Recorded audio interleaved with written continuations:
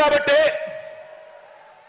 ప్రజలకు మనం దగ్గరయ్యాము కాబట్టి ప్రతి ఇంట్లోనూ మీ బిడ్డను మీ బిడ్డను మన వైఎస్ఆర్ కాంగ్రెస్ పార్టీని తమ పార్టీగా ప్రజలు భావిస్తా ఉన్నారు కాబట్టి చంద్రబాబు లాంటి 75 ఏళ్ల వయసు మళ్ళిన నాయకుడు ఆ చంద్రబాబు నాయుడు గారు ఒంటరిగా పోటీ చేసే ధైర్యం లేక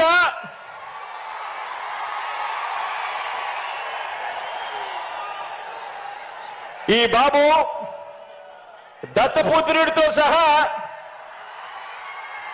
ఇతరులతో పొత్తు కోసం వెంపర్లాడుతా ఉన్నాడు అనంటే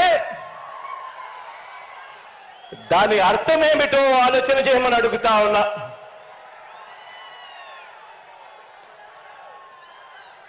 ఈ చంద్రబాబుకు తాను ఫలానా మంచి పని చేశానని కానీ తాను ఫలానా మంచి స్కీమును తెచ్చానని కానీ చెప్పలేక మళ్ళీ కొత్త వాగ్దానాలతో గారడీ చేయాలని చూస్తున్నాడు అని అంటే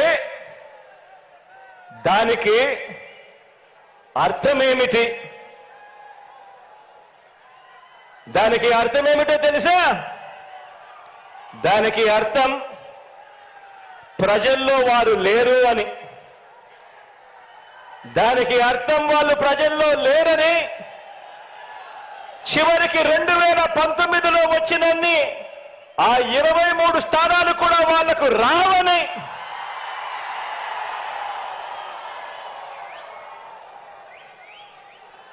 ,175 స్థానాల్లో కనీసం పోటీ పెట్టేందుకు వాళ్లకు అభ్యర్థులు కూడా లేరని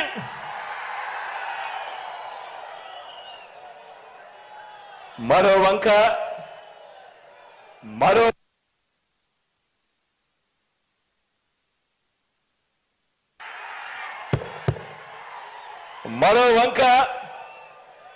మన పార్టీని చూడండి. మన పార్టీ చరిత్ర ఓ విప్లవ గాథ. మన ప్రభుత్వ చరిత్ర ఇంటింటి విజయ గాథ. మన భవిష్యత్ సామాజిక వర్గాల ఇంద్రధనస్సు. మనది వయసుతో పాటు మనసు భవిష్యత్తు ఉన్న పార్టీ మనది. గడిచిన 56 నెలల్లో గడిచిన 56 నెలల పాలనలో అన్ని రంగాల్లోనూ చిత్తశుద్ధితో సంక్షేమము అభివృద్ధి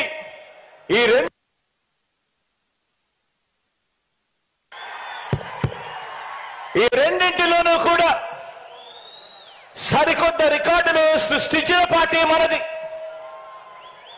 మన పార్టీ మేనిఫెస్టోను ప్రజలకిచ్చిన వాగ్దానాలను ఏకంగా 99% నెరవేర్చిన పార్టీ మనది.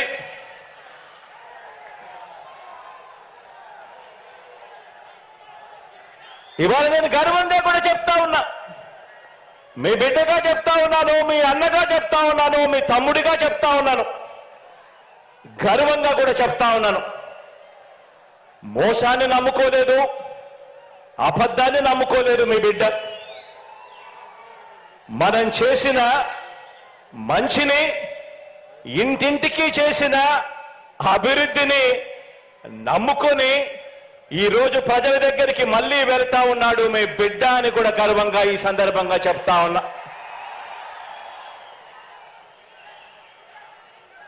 మనది పేదరికము,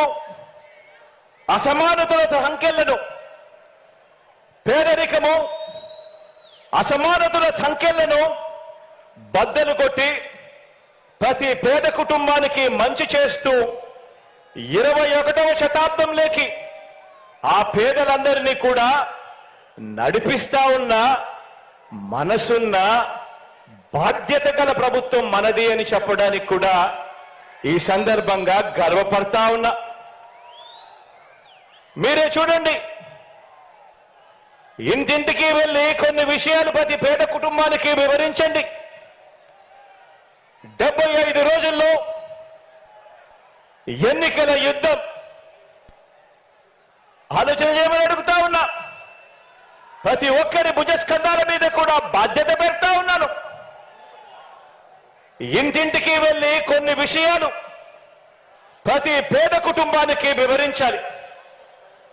మరో 70 రోజుల్లోనే ఎన్నికలు.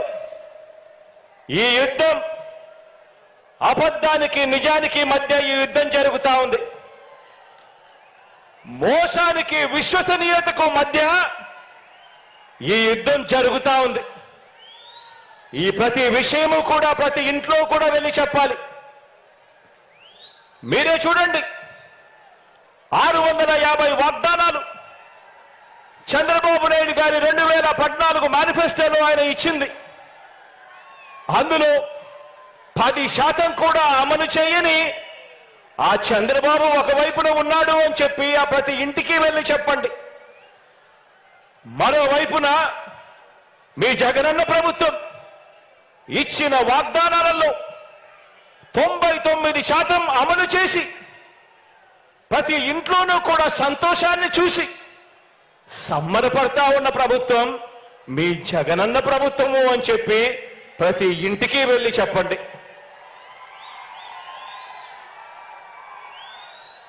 మరో విషయం కూడా మీరంతా కూడా గమనించమని కోరుతా ఉన్నా. మరో విషయం కూడా మీరందరూ కూడా గమనించమని కోరుతా ఉన్నాను. ప్రతి ఇంటికి వెళ్ళి కూడా చెప్పమని అడుగుతా ఉన్నాను. మన రాష్ట్రంలో ఏ గ్రామానికి వెళ్ళినా కూడా మీ ఇష్టం, కుప్పం నుంచి ఇచ్చాపురం దాకా మీ ఇష్టం, ఏ గ్రామమైనా తీసుకోండి. మన రాష్ట్రంలో ఏ గ్రామానికి వెళ్ళినా కూడా ఆ గ్రామానికి చంద్రబాబు గారు ఏం చేశారు అని అంటే చెప్పటానికి ఏమీ కనిపించదు. చెప్పటానికి ఏమీ లేదు. కాబట్టి మరి మీ జగన్ ఏం చేశాడు అనంటే, మీ బిడ్డ ఏం చేశాడు అనంటే, ఈ 56 నెలల్లో ఆ ప్రతి గ్రామంలో కూడా ఎన్నెన్నో మార్పులు కనిపిస్తాయి.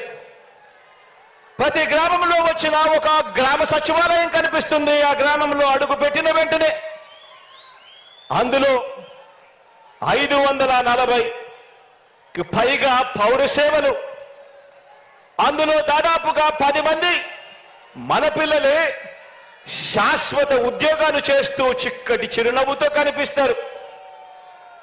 ఈ శాశ్వత వ్యవస్థను మన గ్రామాలకు తీసుకువచ్చింది ఈ 56 నెలల కాలంలోనే, మీ బిడ్డ ప్రభుత్వంలోనే.